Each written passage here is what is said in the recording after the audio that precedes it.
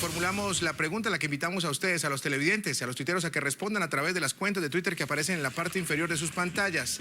Tras la crisis humanitaria en la frontera, ¿cuál cree usted que son los principales retos? ¿Cuáles son los principales retos de los futuros gobernantes colombianos en esa región?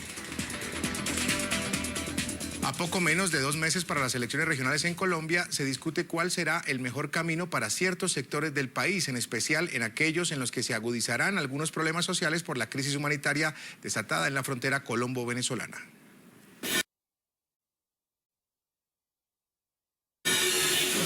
El próximo 25 de octubre se elegirán al nuevo alcalde de Cúcuta y al próximo gobernador del departamento norte de Santander, zonas afectadas por la dramática expulsión de los colombianos residentes en la frontera de Venezuela.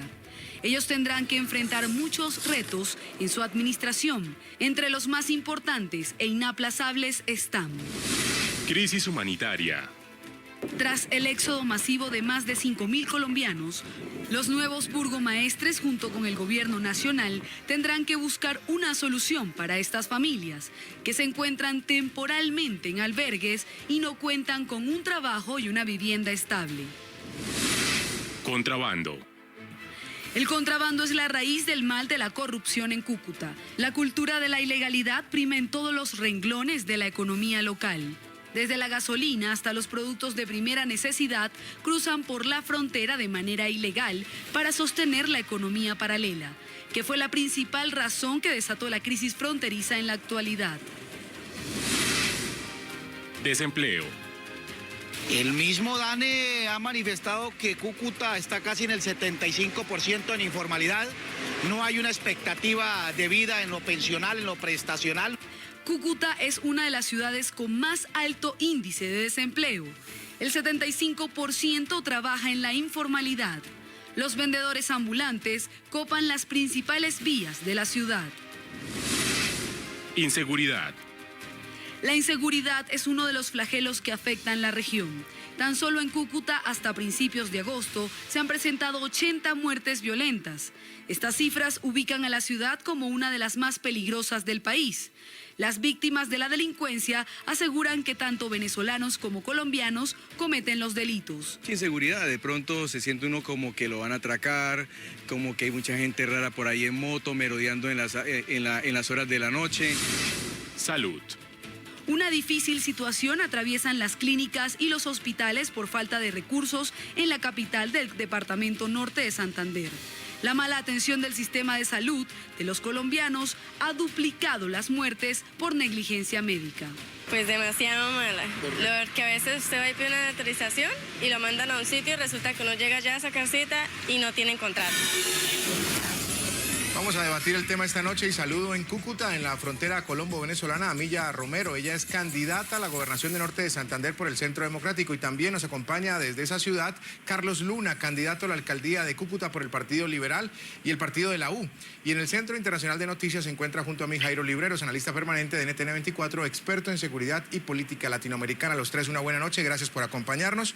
La pregunta abierta, primero para Milla Romero y para Carlos Luna, es si el escenario cambia a raíz de lo que pasó en la frontera hace 2 semanas. Si la campaña se estaba haciendo pensando en un escenario distinto para Norte de Santander y para Cúcuta, en el caso de Carlos para la alcaldía, en el caso de Milla para la gobernación, la campaña se estaba haciendo distinta y ahora les tocó replantear la estrategia de campaña.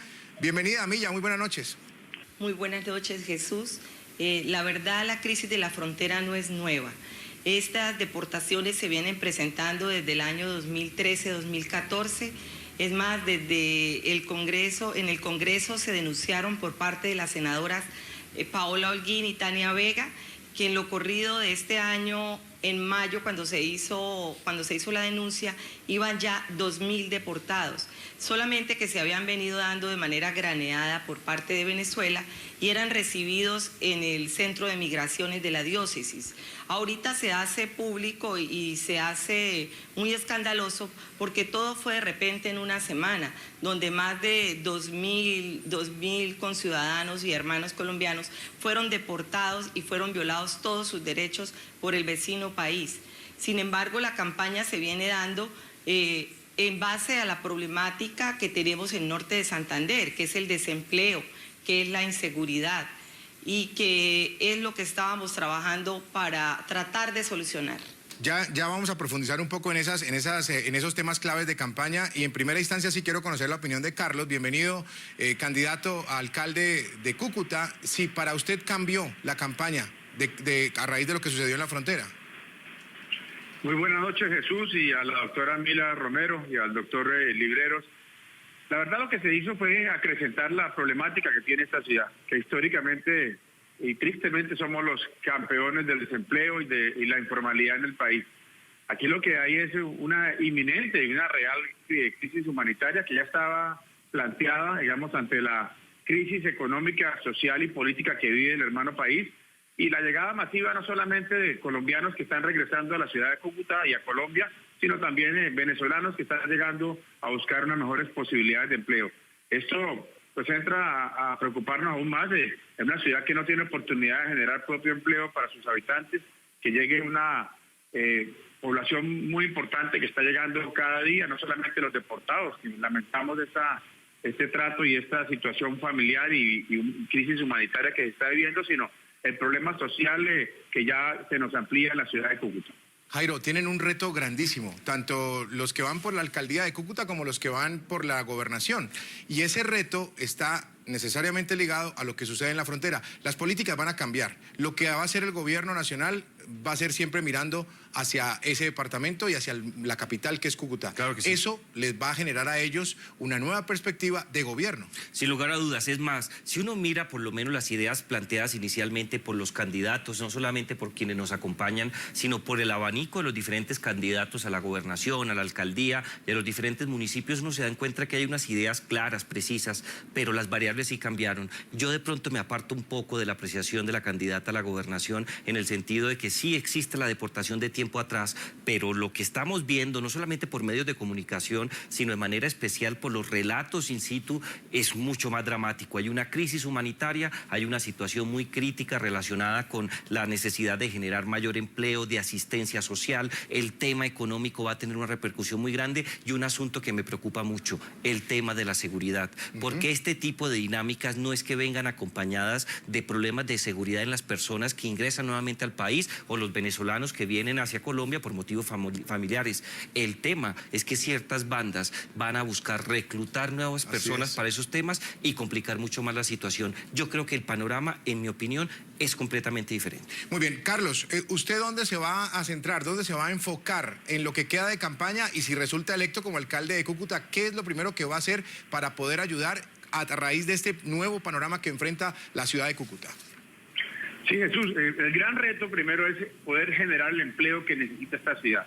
Y no solamente en el marco de un plan de emergencia o una emergencia económica que decretó el gobierno del presidente Santos, sino medidas permanentes que de una vez por todas necesita esta ciudad y esta región. Creo que es el momento de que Cúcuta tenga su dinámica económica propia, que podamos mantener, digamos, esa independencia con respecto a la influencia que tenemos históricamente del tema comercial con Venezuela. No quiero decir que nos olvidemos de Venezuela. Venezuela va a estar ahí. Venezuela siempre ha sido un socio comercial, siempre ha habido un intercambio fronterizo, pero en estos momentos es necesario que Cúcuta y la zona fronteriza genere su propia dinámica económica por encima de los planes de emergencia, por encima de los planes de choque. Necesitamos medidas permanentes, y es importante que el gobierno del presidente Santos entienda que con inversión pública, con inversión, alianzas con el sector privado, podemos generar ese cambio que de una vez por todas requiere y quiere el norte de Santander y Cúcuta.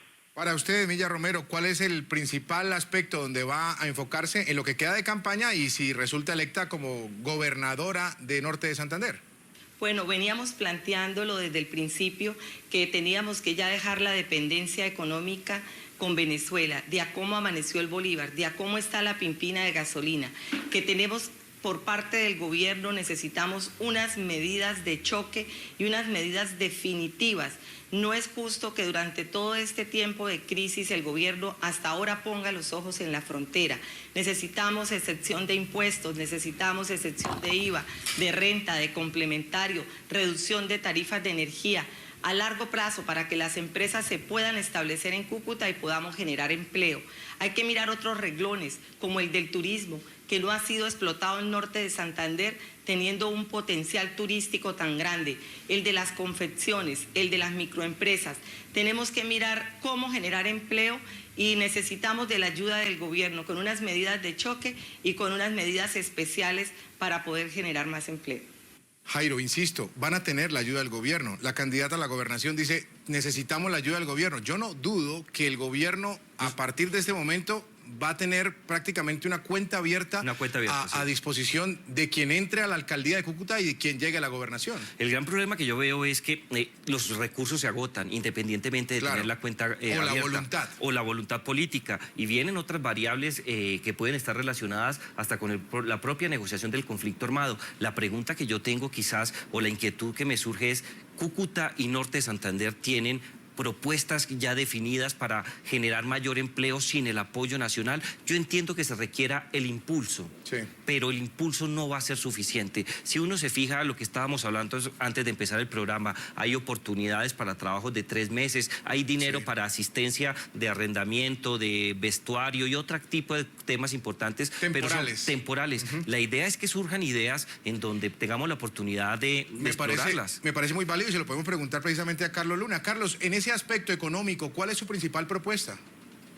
Mire, comparto totalmente la opinión que ustedes están planteando, en el sentido que los planes de choque, los planes del DPS de empleos temporales, las exenciones son ayudas que claramente la región está esperando. Aquí lo que necesitamos es que se tomen unas medidas diferenciales con el interior del país, que el Estado colombiano, que el gobierno del presidente Santos entienda la diferencia de esta zona de frontera, digamos, y pueda darle las condiciones especialísimas para que se desarrollen por sí solas, que se generen la inversión que necesitamos, que sea un tratamiento diferencial y que el empresariado nacional e internacional vea que Cúcuta es un buen negocio y un buen destino de inversión. Nosotros tenemos propuestas concretas, la propuesta del aprovechamiento de la riqueza energética del norte de Santander en gas y en petróleo. Tenemos una propuesta que hemos trabajado desde hace varios años y el presidente Santos conoce, el Ministerio de Minas, la Agencia Nacional de Hidrocarburos y Ecopetrol conoce. Y la hemos trabajado con el actual gobernador Edgar Díaz y con la clase parlamentaria del norte de Santander, y es la refinería del norte de Santander,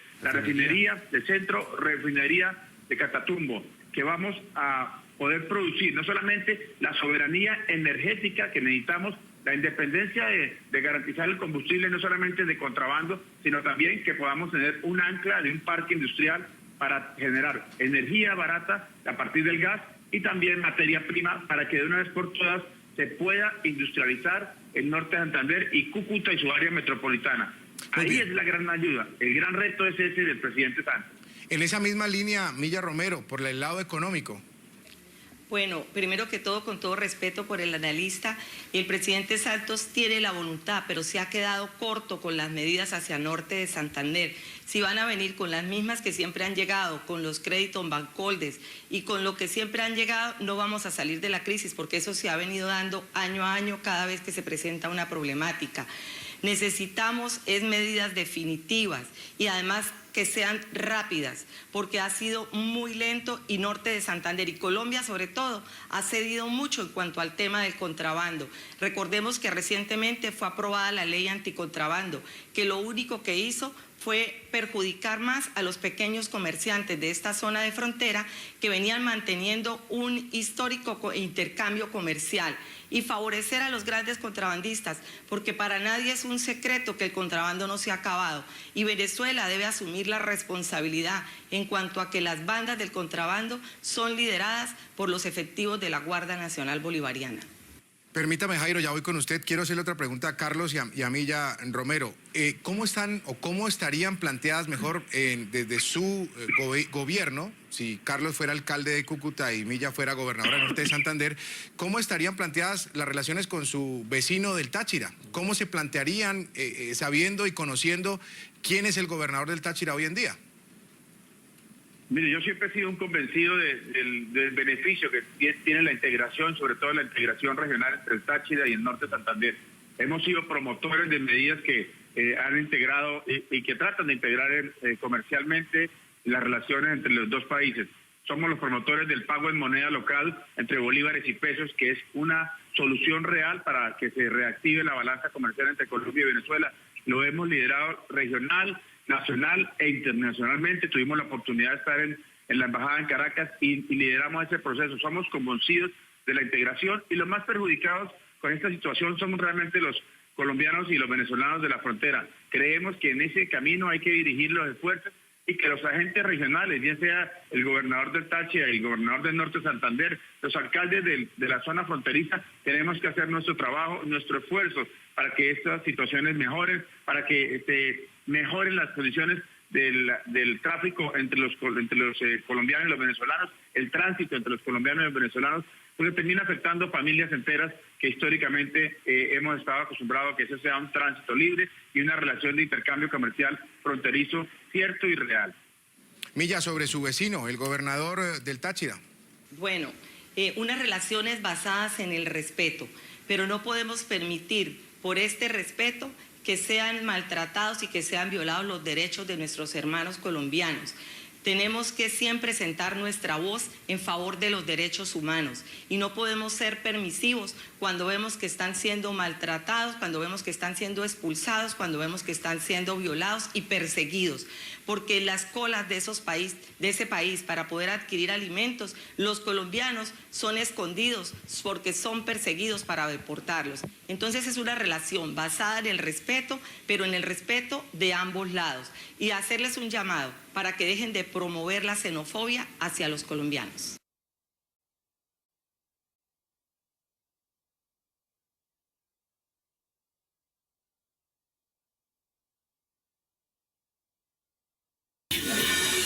De inmediato formulamos la pregunta a la que invitamos a ustedes, a los televidentes.